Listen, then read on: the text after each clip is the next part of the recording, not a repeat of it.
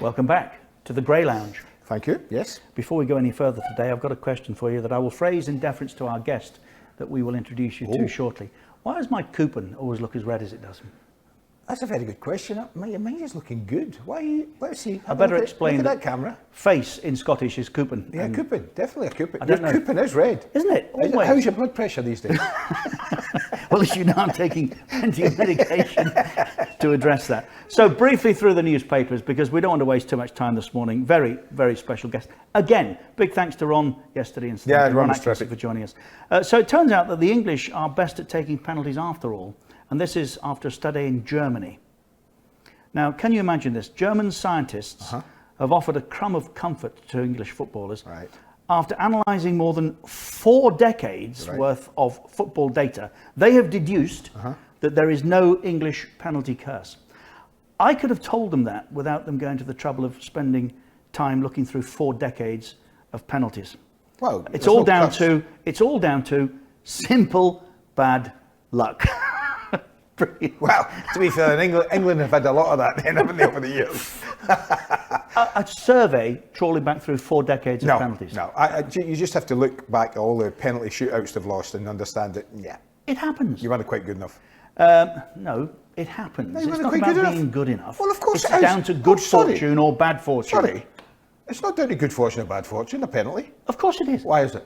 Because in that moment, it should be 60-40 on the taker as far as an advantage is concerned. Should be 70-30, I would have thought. Oh, is that right? And how many did you take? That's irrelevant how many I took. No, it's irrelevant. And why did you not take them? And by the way, our guest will tell you about penalties. I bet he'll agree. It's nothing to do with a luck. He put it down and he knew what he was doing. And you put it down and took 3 in your career. Well, and what was my strike rate? What is the difference between Andy Cole's goal-scoring record and Alan Shearer's? Alan's got 60 penalties in it. 59. Oh, and the difference between the two is 59. Is it really? There you go. Here's the serious news. So, you asked Shearer, was it skill or not? He'll tell you. It was absolute skill. Put your foot through it. Not luck. Of course, you put it down. It's a free shot at goal, as Matt Letizia always said. He scored 49 out of 50. You just put your foot through it. It's good fortune. Well, our guest never put his foot through them. Do you mind? Caressed them. UEFA's plans to finish the Champions League thrown into disarray yesterday after France ended Ligue 1. Yeah. Which maybe there's a little bit of reality creeping into this situation. That might be the first domino, you know. That's the first of the big leagues. It has to be, Andy. That's the first of the big leagues. It's decided time.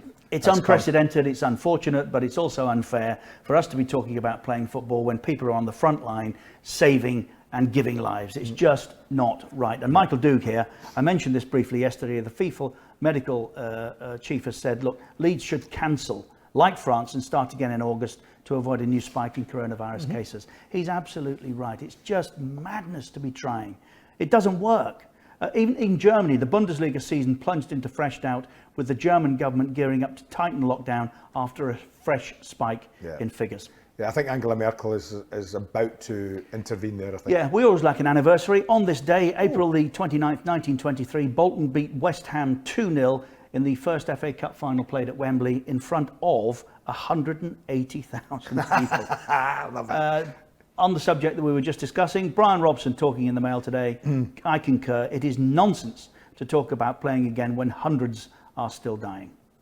Have to mention the sad passing of Michael Robinson, the former Liverpool striker, age 61 after a long illness. Only spent a year at Anfield, but what a year. Won 3 trophies. Treble. Yeah. Went on to have a fabulous career in Spain. That was even mid-80s. I think that was the year before I went to Everton. It was the year before we were attempting the treble. I think it was mid-80s, wasn't it, Michael was there? Had that one year they won the Joe Fagan. League, European Cup and League Cup. Yes. That's right. And we were going for a similar treble the next year.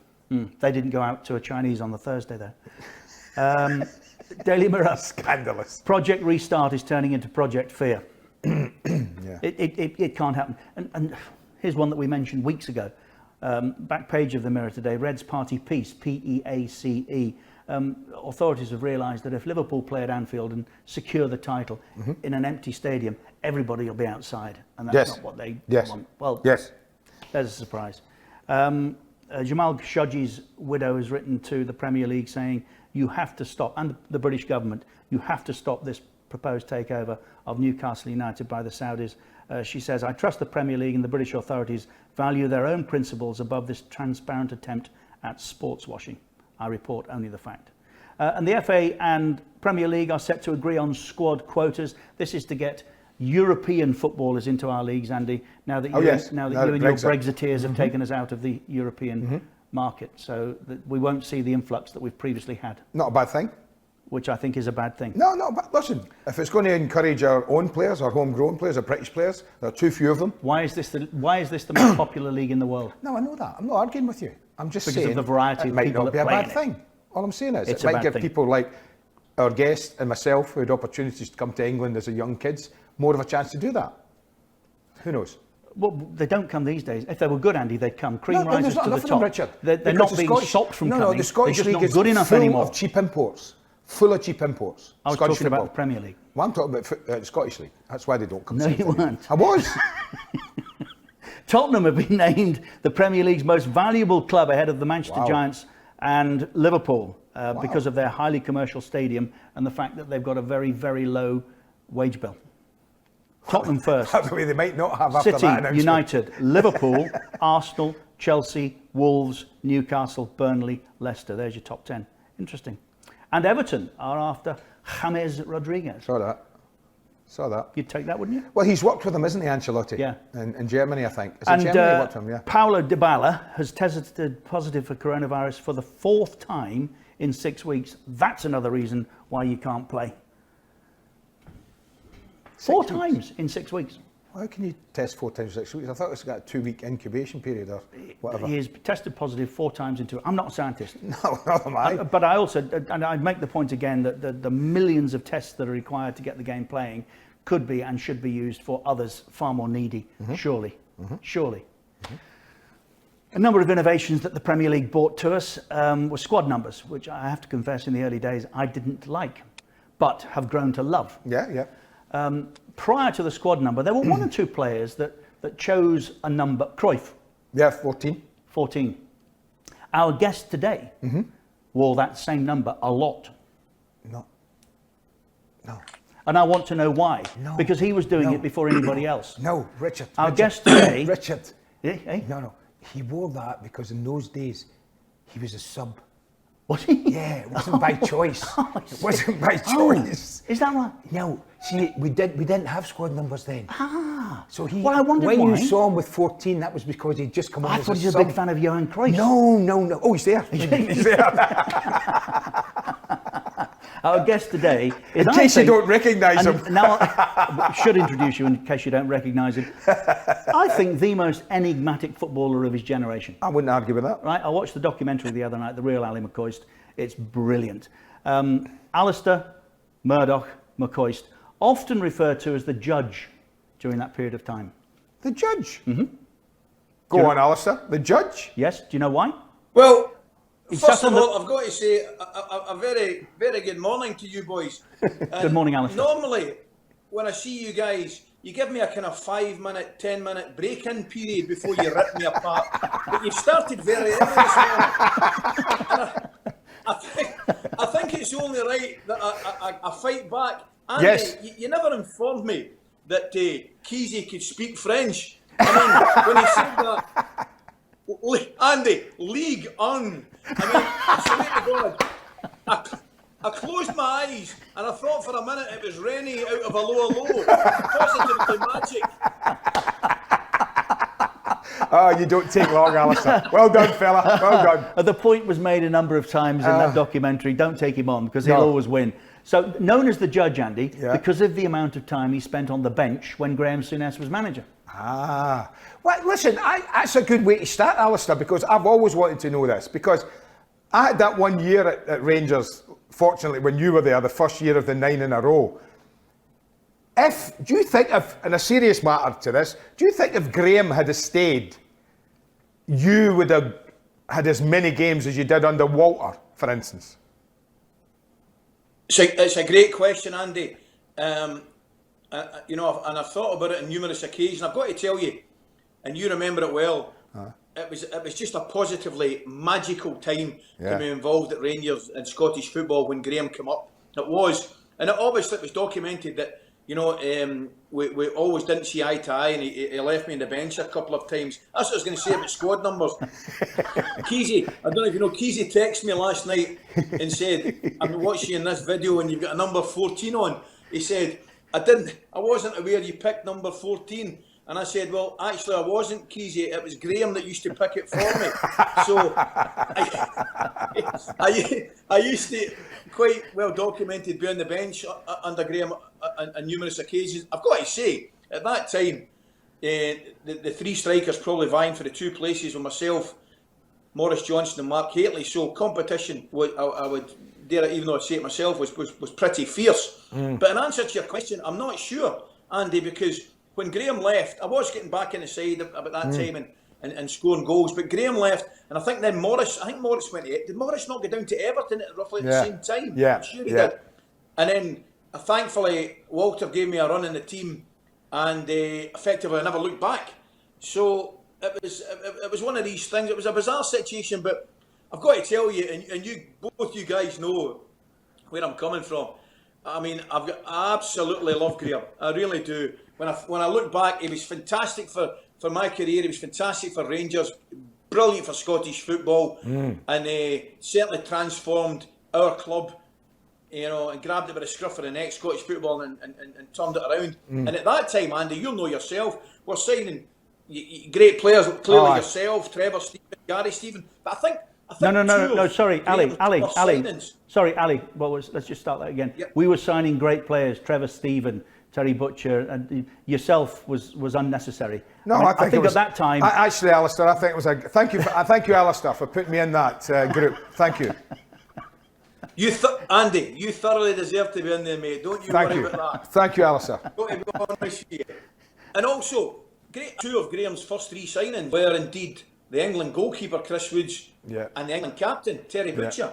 So, as I say, it was really, really exciting times, and you had to get your seatbelt fastened and try and stay on board for the ride. It was brilliant. Can I just tell you two something you might not know? The reason that they were Graham's first two signings is because he sat in his villa in Italy with Trevor Francis and was discussing taking the job. And he said, who would you make your first two or three signings? And Trevor said, Chris Woods, Terry Butcher, and I forget who was the third. But that's he probably said Trevor Francis. Yes. But Ali, I have to say, for Graham, always, and he's misunderstood. He does take on the defence of the underdog. Michael Robinson's a great example, who we just mentioned. I was watching last night Davy Cooper testimonial. Davy playing for Rangers at a time when the club had stopped all that, and Graham said, no. If I'm the manager and you've been here as long as you have, you get a testimonial. Oh, yeah. But I've also been watching the Gascoigne years at Ibrox, which is just sensational. Now, there's one moment in there, Alistair, I need to ask you about. Aberdeen at home, I think 8 in a row. Gaz has got 2. Gordon Jury gets brought down, penalty, 88 minutes. McCoist picks the ball up. What? Yeah. No. McCoist picks the ball up, and it's under his arm, and Gazza comes across and he says, Ali, hat-trick. You've got loads of goals. Now, this is the bit that interested me. McCoist's response was, yes, but I might not be getting too many more. I'm leaving. Oh. Alistair then said, he filled up, and oh, go on, you take it. But they didn't go back to the question I need to know the answer to. Why were you leaving, or why did you think you were leaving, and where were you going? Or were you just kidding them on? Yes, it was effectively a lie, Keezy.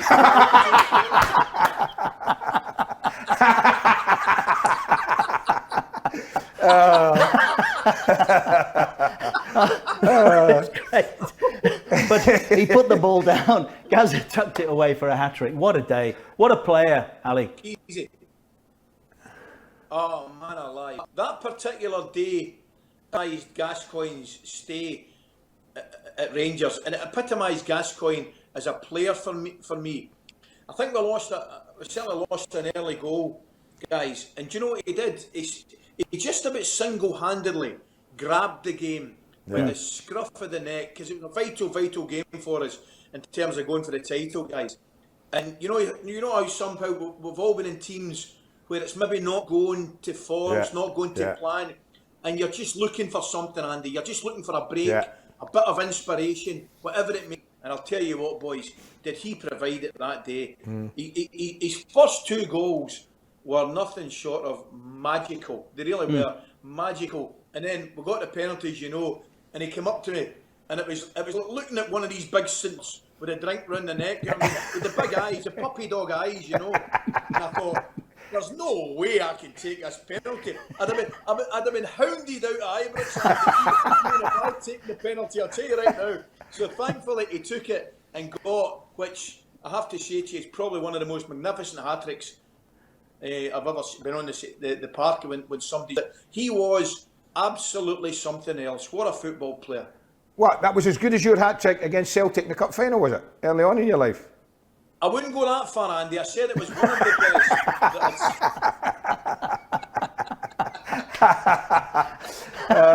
Dear.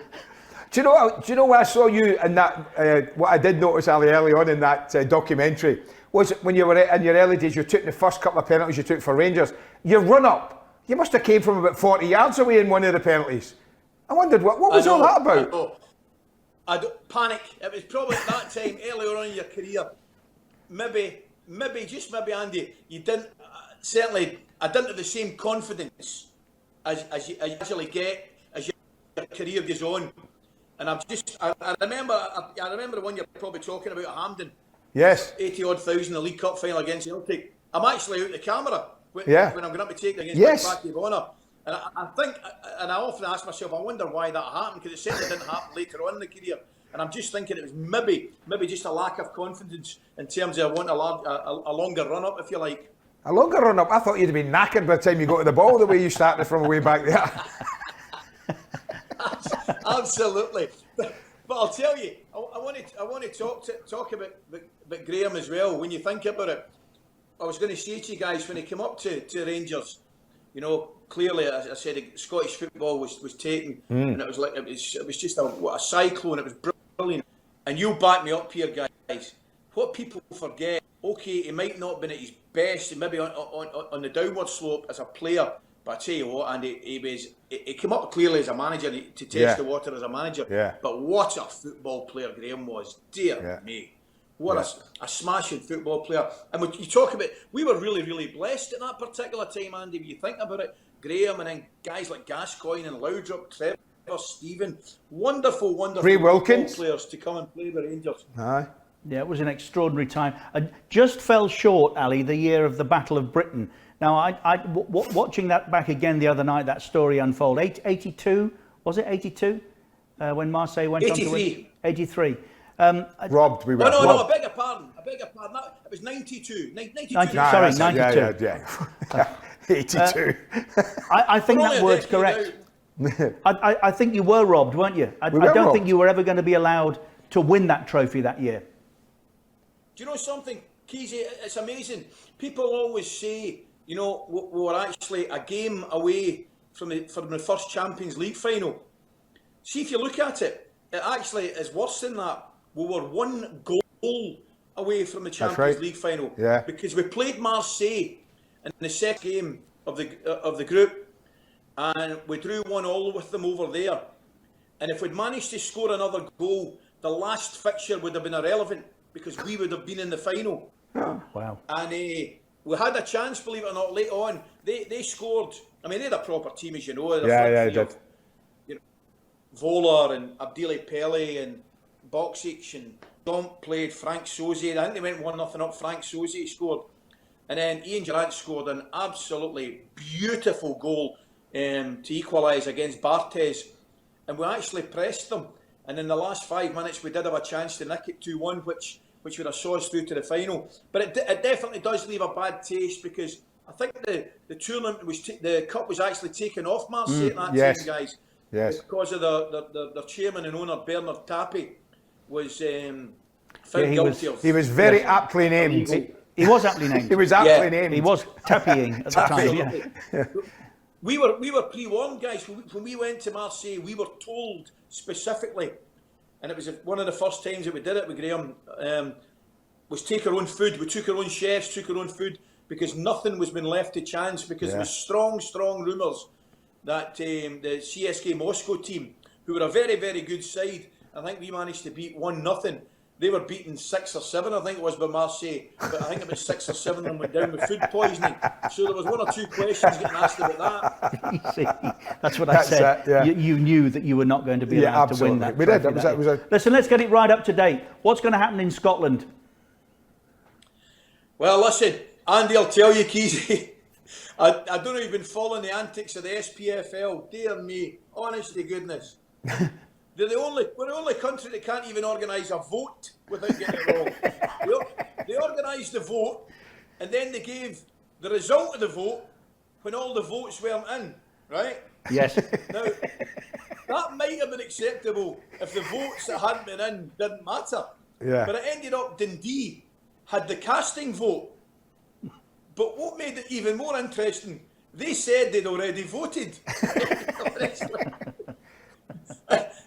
I swear to God, Andy, it was like an episode of EastEnders. It was absolutely embarrassing. It really was embarrassing. So where we are at the moment, I think they're going to have another vote to see when the next vote is.